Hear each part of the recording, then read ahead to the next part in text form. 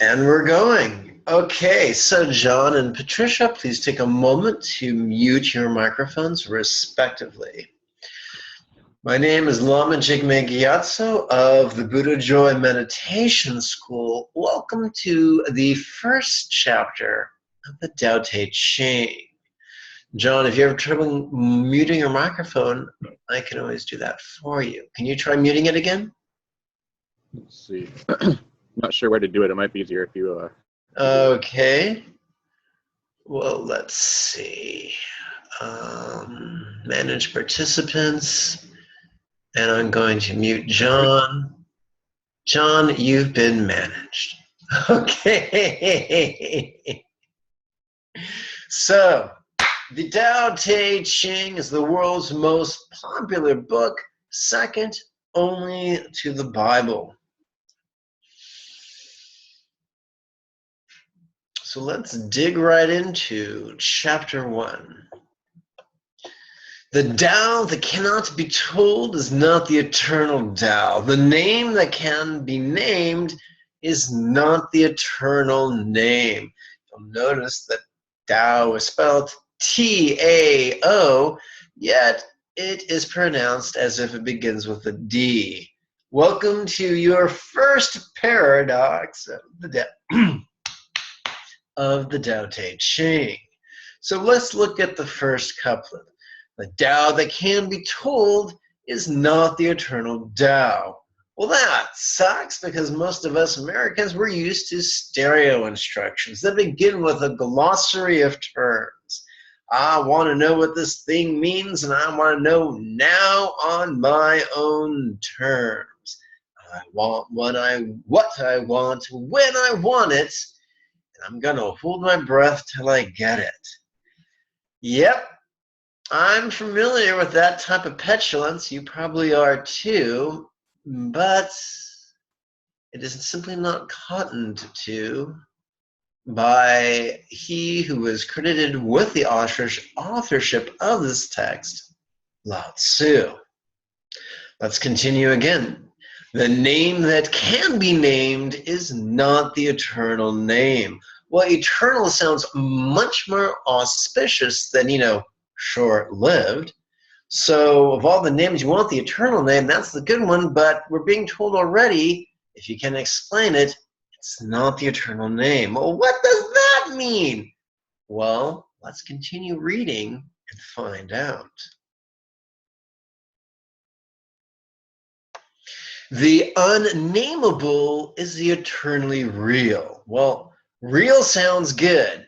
Back in the 80s, they would tell us to get real. I'm not sure if you're old enough to remember that, but I am. We're told to, so the eternally real, so the eternal sounds good. The eternally real sounds even better. But we're told that it's unnameable, which really is frustrating. Let's continue. Next couplet. Naming is the origin of all particular things. And so, my friends, we come to a dichotomy. Dichotomy is a fancy word for division of two. So we have the unnameable and the nameable. So the unnameable is eternally real.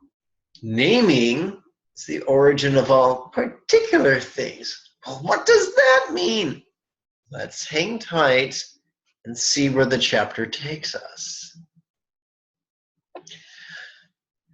Free from desire, you realize the mystery. Caught in desire, you see only the manifestations. So we see two M words being set aside by comparison. There's mystery and there's manifestations. There's freedom from desire and tyranny of desire, or being caught in desire, or being a prisoner of desire. Well, superficially, fundamentalistically, this looks like it could be a praise of desirelessness. But is it? Let's let the context be its own commentary.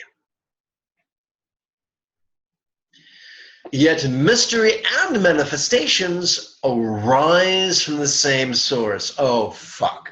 Great. Now we have something equating the polarity. We saw the polarity of mystery and manifestations, but now we're told they come from the same source. What's the source? This source is called darkness. And right away, all of us raised in the West can feel our sphincters tighten. Let's continue. Darkness within darkness, the gateway to all understanding. Now, if memory serves correctly, that's the last couplet of this chapter. I want to verify that real quick. And yes, it is. Okay, so let's explore this now. Now, in the West, darkness is often seen as evil, but it can also be ignorance. That's one circle. In the East, darkness can be the feminine as opposed to white, which is the male. And we're talking with broad brush strokes. And yes, these are using classically the classic archetypes of patriarchy, and yet the irony is this text, when it's understood, is one of the most ancient antidotes to patriarchy. So now we come to the overlapping Venn diagram. What is overlapping? Ignorance. Now, we mentioned that in Chinese culture, the feminine was seen, darkness represents the feminine, which can represent weakness or yielding. So we see two types of darkness. We see darkness within darkness. What is that referring to?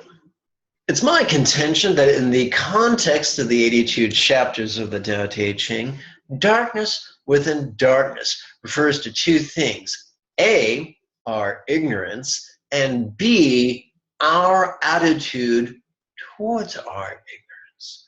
What should that attitude be? Well, if it was a very young, male, aggressive attitude, it would be like, I hate you, ignorance. I will grab you by the lapels. I will give you a good shaking until all your lunch money falls out and you spill the beans.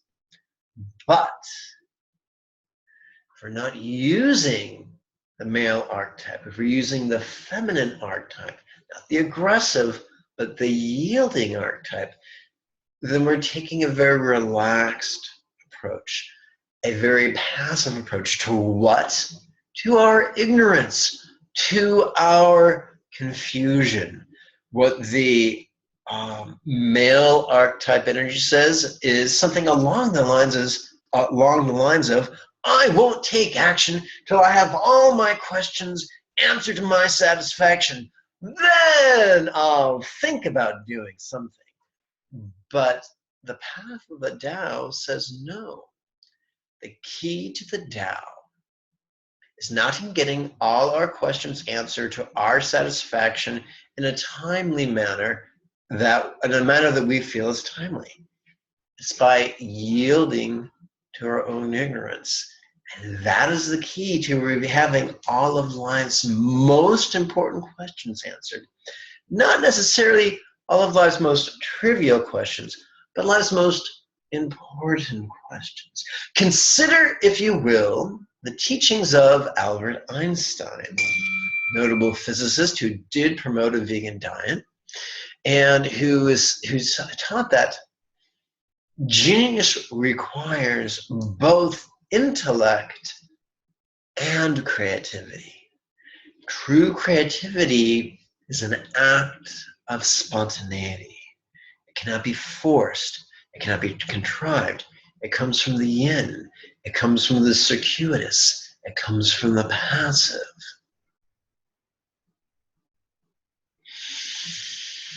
The central theme of the Tao Te Ching is the idea of simplicity.